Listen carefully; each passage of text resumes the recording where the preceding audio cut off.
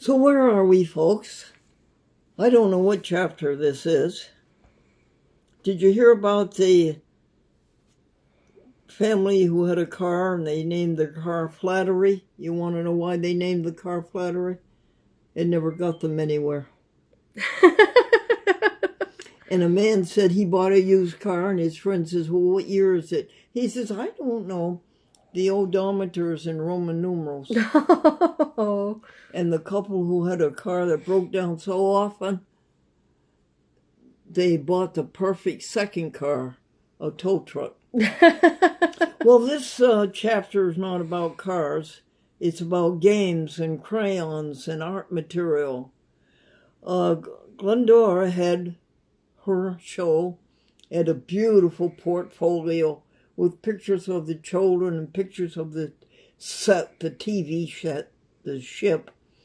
And Glendora had loads of pictures of sponsors.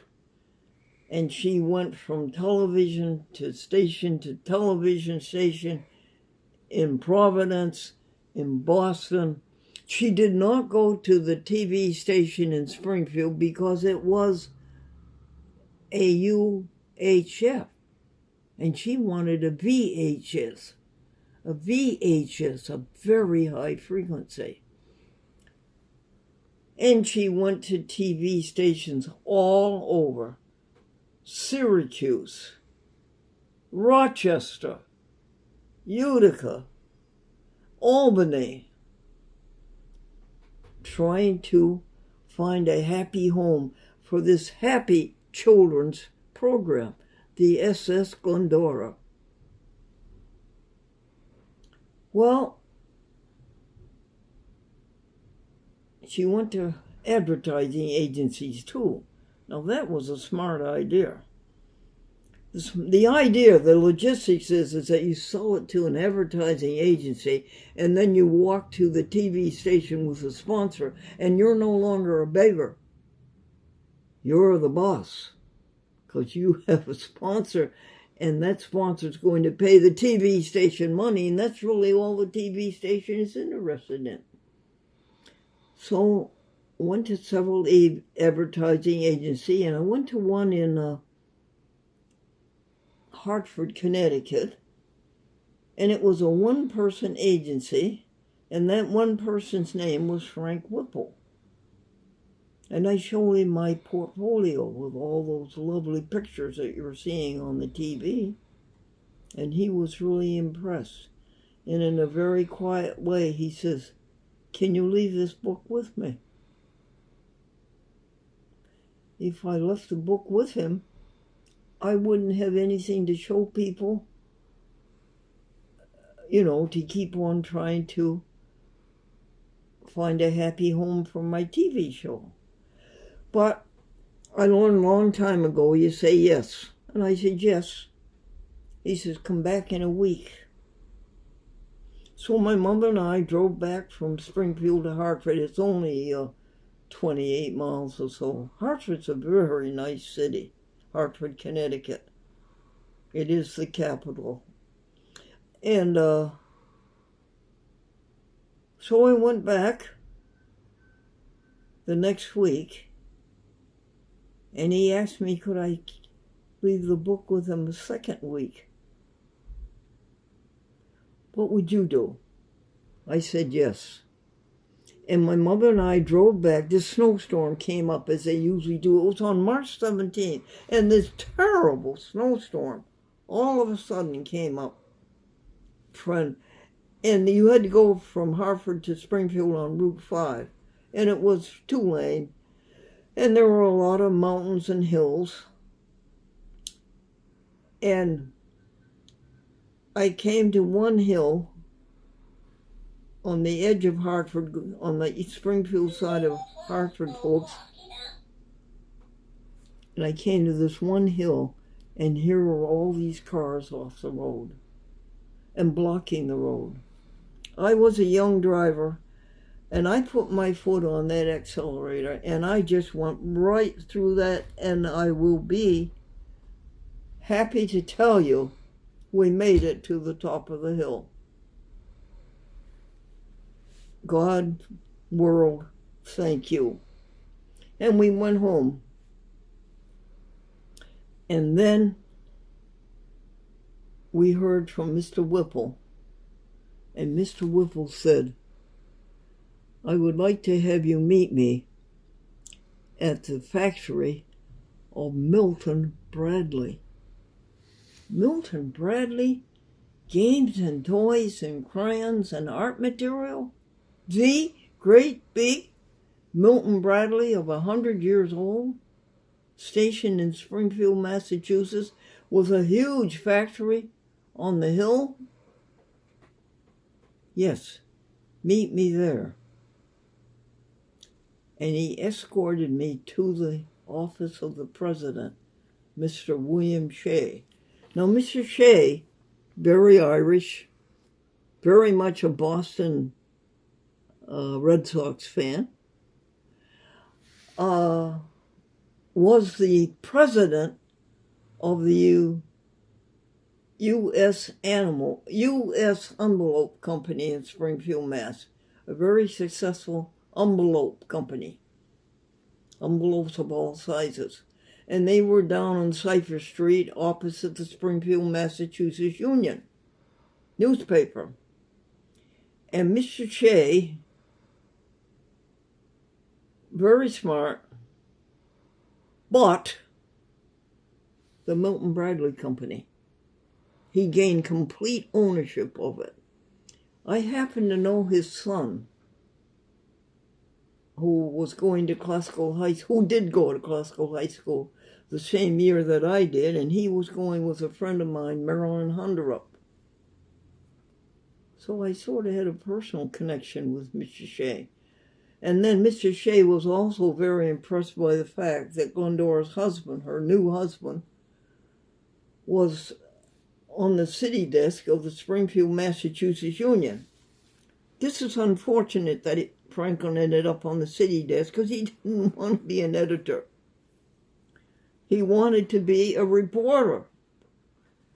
But he had done such a good job as a reporter that he had to have a promotion. And when you're a reporter, the promotion is to be an editor. So he went to the city desk. And he didn't really like that. 12 o'clock p.m., 77.5 degrees Fahrenheit. Thank you, little temperature clock. Well, we started making the plans. And Mr. Shea said he wanted to do that. And Mr. Shea said he wanted to put the program on TV in Providence, Rhode Island. The TV station in Rhode Island was owned by a department store. What? Yes, the TV station was owned by a department store, the big department store in Boston. So I went home and started getting the preparations made, and my mother and my father changed the flags to say Milton Bradley on the plate for the caps. But the ties were all ready, and the shoulder pads were all ready, the epaulets. And I wanted to do personal appearances at Jordan Marsh. Glendora's going to be at Jordan Marsh. Come and get an autographed picture of her or something like that. And then the newspapers picked up on it. There was a huge story, we'll show it to you, in the Boston Post, in the Boston Globe, in the Boston Herald Traveler, and most prestigious of all, in the Christian Science Monitor, which of course is a Boston outfit. That's where the mother church is. That's where Mary Baker Eddy lived the last 10 or 12 years of her life, and years before that. And what were the products? Go to the head of the class. You remember that? You remember Magic Mary dolls? Do you remember Cray-Wright color crayons? Mr. Shea was determined that he would crack Benny and Smith Crayola, that he would get the market away from them. That was his goal. And Franklin, in the meantime, was working from, again, 3 to 11 because it was a morning newspaper and the things had to be done at night the night before.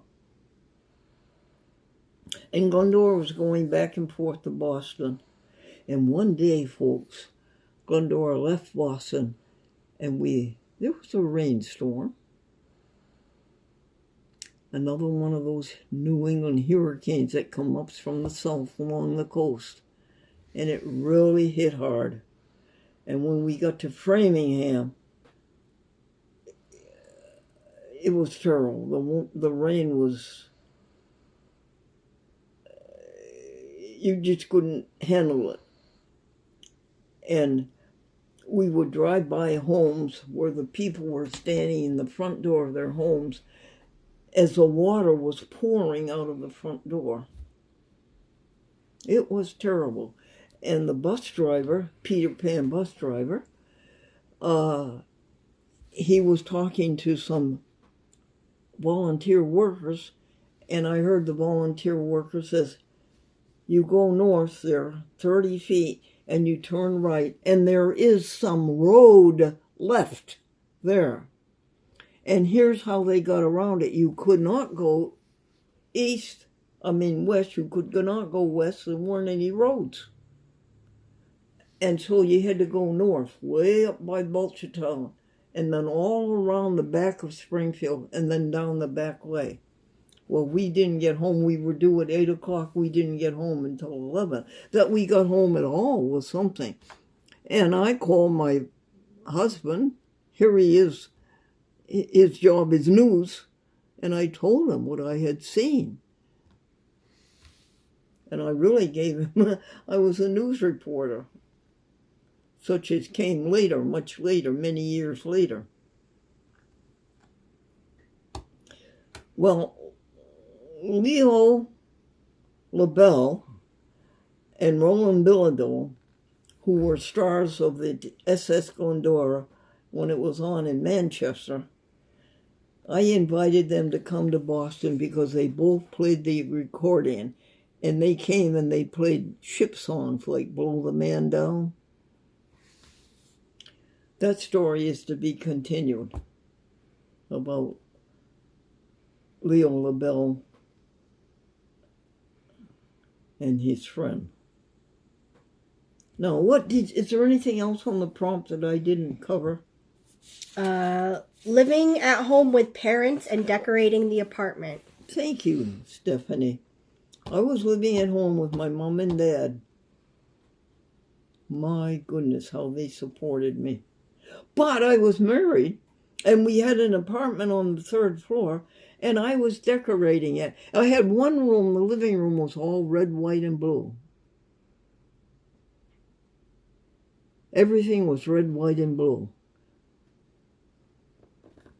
The little love seat was red, white, and blue upholstery, little flowers. I had a naughty cypress desk, and it was very New England.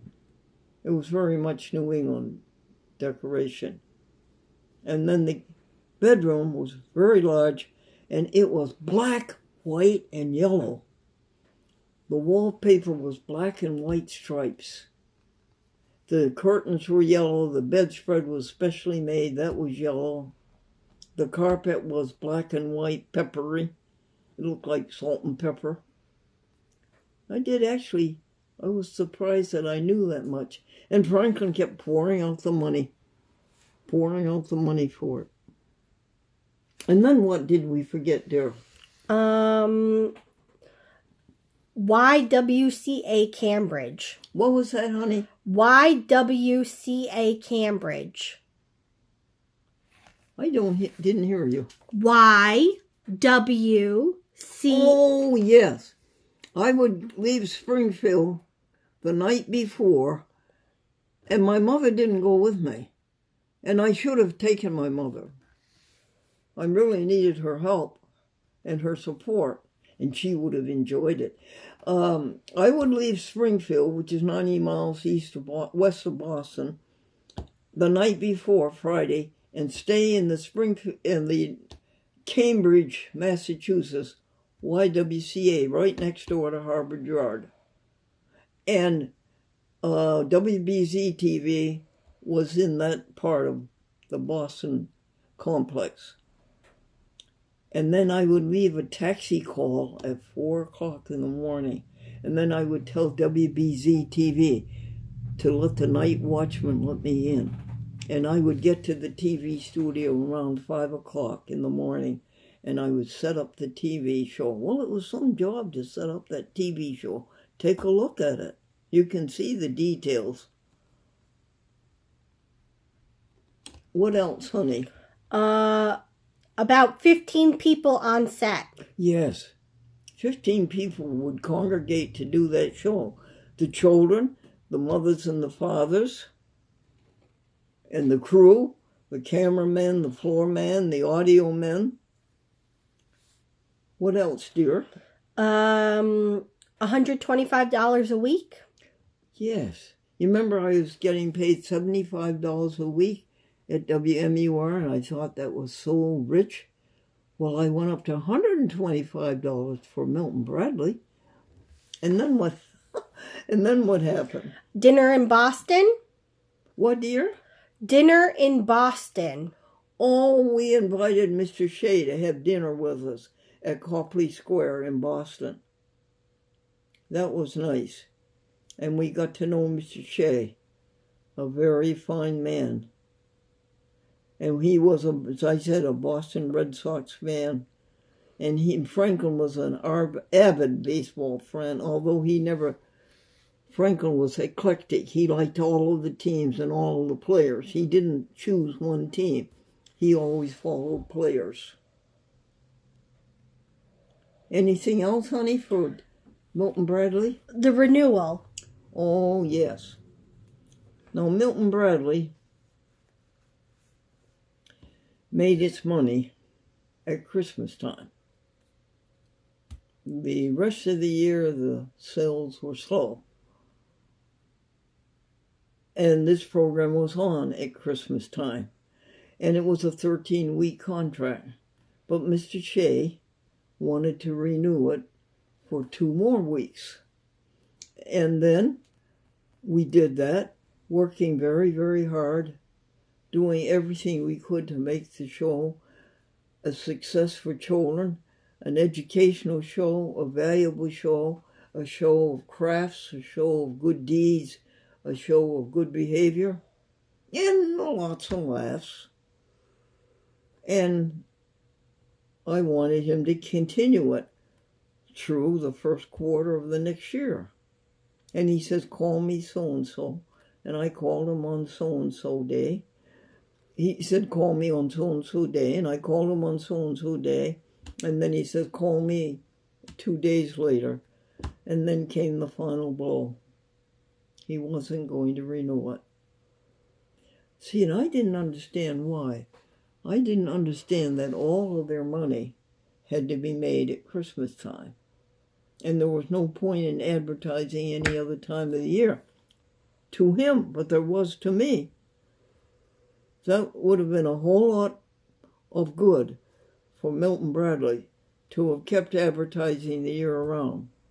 And then somebody told me that Captain Kangaroo Gang came in and took Mr. Shea away from me.